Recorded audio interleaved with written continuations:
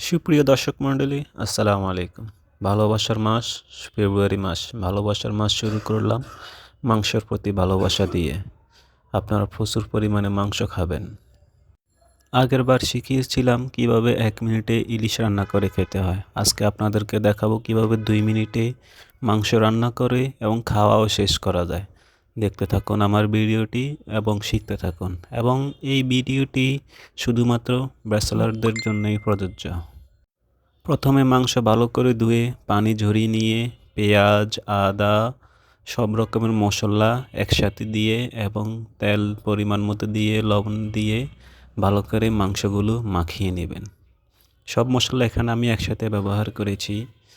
আদা, গরম মশলা, তেজপাতা, দারচিনি, এলাচি পরিমাণ মতো দিয়ে ভালো করে মাখিয়ে নিলাম এবং চুলার উপরে বসিয়ে দিলাম।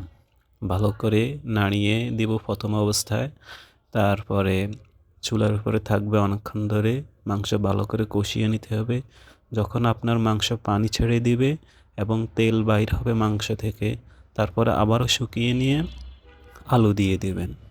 আলু দিয়ে ভালো করে নাড়িয়ে নেবেন কিছুক্ষণ, তারপরে পানি দিয়ে দিবেন এবং পরে টমেটো বা মরিচ যেগুলো লাগে ওগুলো দিয়ে দিবেন।